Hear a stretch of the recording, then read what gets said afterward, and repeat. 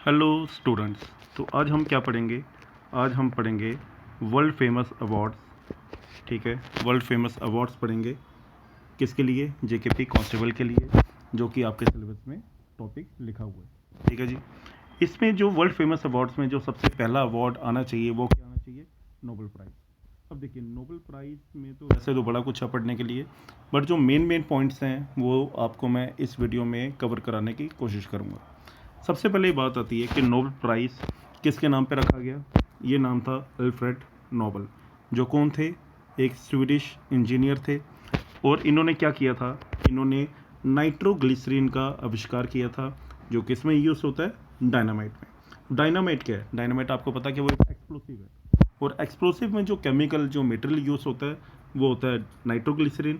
और वो किसने इन्वेंट किया था? वो किया था अल्फ्रेड नोबेल ने। ठीक है जी। उसके बाद नोबेल प्राइज़ जो है वो कितनी फील्ड्स में दिया जाता है? देखो, नोबेल प्राइज़ दिया जाता है 6 फील्ड्स में। कौन कौन सी? Peace, physics, chemistry, medicine, then comes literature, economics. आपने एक चीज़ याद रखनी है कि ये जो पहली 5 फील्ड्स है ना, peace, physics, chemistry, medicine and literature, इनमें जो प्राइज़ नोबेल प्राइज़ स्टार्ट हुआ था वो हुआ था कब? 1901 में। देखो, डेट्स भी याद रखना बहुत ज़रूरी है। इनका कोई पता नहीं है, कहीं से भी क्वेश्चन डाल सकते हैं। ठीक है, एग्जामिनर का कोई पता नहीं होता, कहीं से भी क्वेश्चन डाल सकते हैं। ज़रूरी नहीं है कि जेकेपी कांस्टेबल, एसएससी या कोई भी एग्जामिनर आप ले लो, तो वहाँ पे कहीं से भी क्वेश्चन जैसा मर्जी आ सकता है वहाँ पे।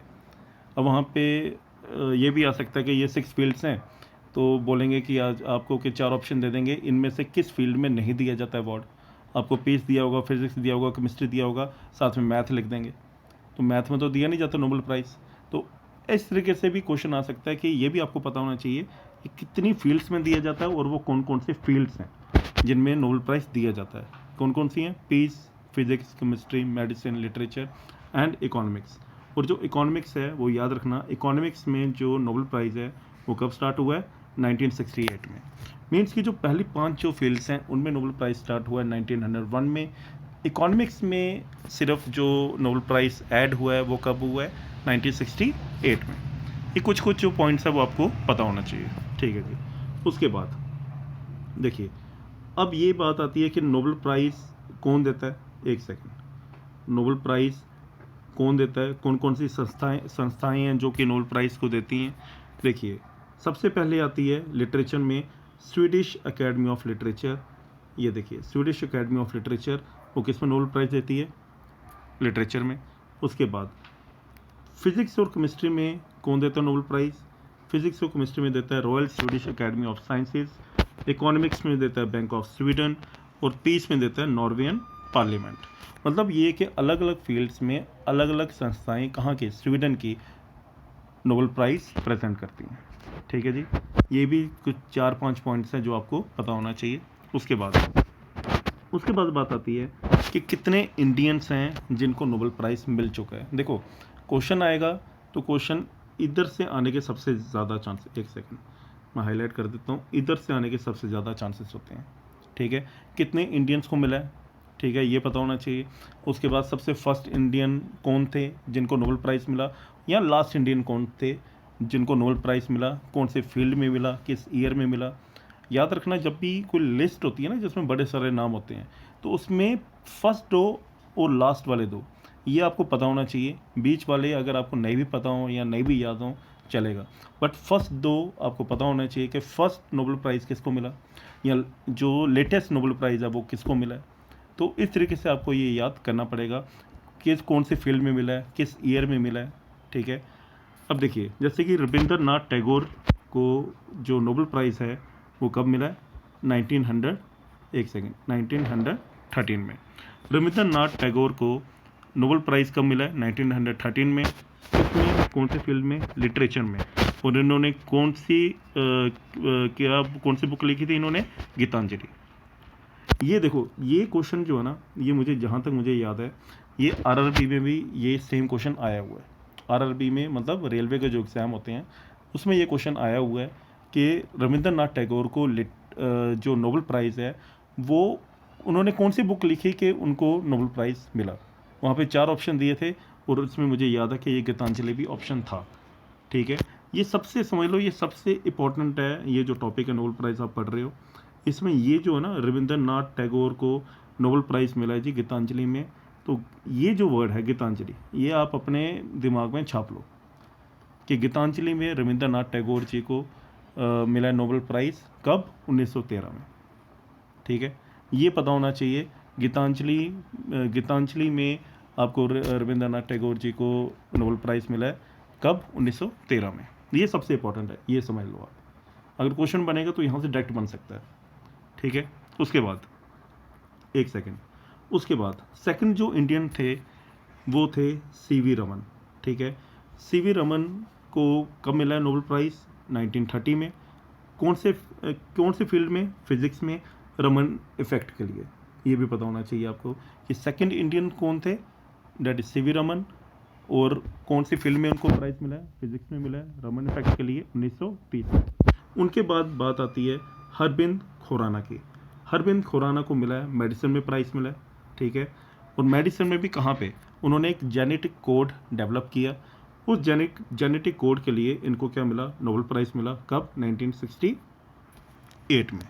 ठीक है, अच्छा एक सेकेंड, हाँ ठीक है, 1968 में। उसके बाद मदर टेरेसा को आप सब जानते हैं, इनको पीस में मिला है नोबेल प्राइज़, कब? 1979 में। उसके बाद एस चंद्रशेखर का एक्चुअल में पूरा नाम, जितना मुझे याद आ रहा है, सुब्रमण्यम चंद्रशेखर, यही नाम था, हाँ, सुब्रमण्यम चंद्रशेखर। इनको भी फिजिक्स में मिला है, और फिजिक्स में किसके लिए? चंद्रशेखर लिमिट के लिए। कब मिला है? 1983 में। मतलब कहने का मतलब ये है कि दो साइंटिस्ट हैं, उनको फिजिक्स में नोबेल प्राइज़ मिला हुआ है, सीवी रमन और एच चंद्रशेखर, दोनों को फिजिक्स में मिला हुआ है।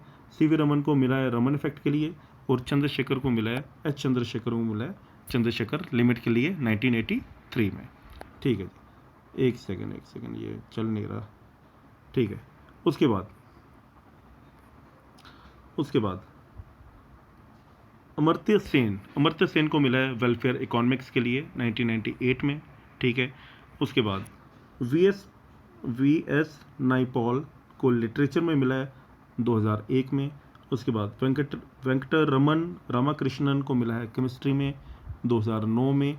ये सब मेन पॉइंट्स है, जितने इंडियंस हैं जिनको भी नोबेल प्राइज़ मिला हुआ है, ये आपको पता होना चाहिए। इनको तो पता ही होना चाहिए। और जो लेटेस्ट जो नोबेल प्राइज़ मिले हैं, जैसे कि जो पिछले साल मिले हैं, या 2024 में मिले हैं, 2023 में मिले हैं, इनके भी आपको नोबेल प्राइज़ पता होना चाहिए कि किस किस फील्ड में किस किस को मिला है। देखो, नोबेल प्राइज़ में अगर करंट अफेयर का कुछ, अगर ऐसा कोई क्वेश्चन बनता है, तो वो बनेगा 2024 या 2023 का, उससे पुराना नहीं बनेगा। तो एंड के जो 2 ईयर्स हैं उनका तो पता होना ही चाहिए आपको, कम से कम। ठीक है, वो मैं आपको करवा दूंगा, वो मैं बता दूंगा कैसे करना है वो। उसके बाद कैलाश सत्यार्थी, इनका आपने नाम सुना होगा। कैलाश सत्यार्थी को नोबेल प्राइज़ मिला है किस में? पीस में। और पीस अगेंस्ट चाइल्ड लेबर। इन्होंने चाइल्ड लेबर के अगेंस्ट इन्होंने काफ़ी काम किया है, और इसलिए इनको नोबेल प्राइज़ मिला है 2014 में, 2014 में। ठीक है, उसके बाद ये सबसे मेन पॉइंट है, एक ये भी क्वेश्चन बन सकता है कि जो लेटेस्ट जो नोबेल प्राइज़ है वो किसको मिला है? अभिजीत बनर्जी को। ये नाम आपने कभी नहीं भूलना, अभिजीत बनर्जी को नोबेल प्राइज़ मिला है। सबसे जो लेटेस्ट नोबेल प्राइज़, मतलब जो लास्ट नोबेल प्राइज़ मिला है, वो मिला अभिजीत बनर्जी को, किस में? इकोनॉमिक्स में। कब मिला है? 2019 में। ठीक है, सबसे फर्स्ट रविंद्रनाथ टैगोर को नोबेल प्राइज़ मिला है लिटरेचर में गीतांजलि के लिए। जो गीतांजलि उन्होंने बुक लिखी थी, उसमें उनको नोबेल प्राइज़ मिला है। और सबसे लेटेस्ट जो नोबेल प्राइज़ मिला है वो मिला है अभिजीत बनर्जी। ये नाम तो आपने याद रखना ही रखना है। जो लास्ट नोबेल प्राइज़ मिला है किसको मिला है? अभिजीत बनर्जी को, इकोनॉमिक्स में मिला है। और ये नोबेल प्राइज़ का हमारा एक जस्ट स्टार्ट हुआ है, अभी आगे मैं और करवाऊँगा, तो आगे आपको और पता लग जाएगा। जितने इंपॉर्टेंट पॉइंट्स होंगे वो मैं कवर कराने की कोशिश करूँगा। Okay, thank you.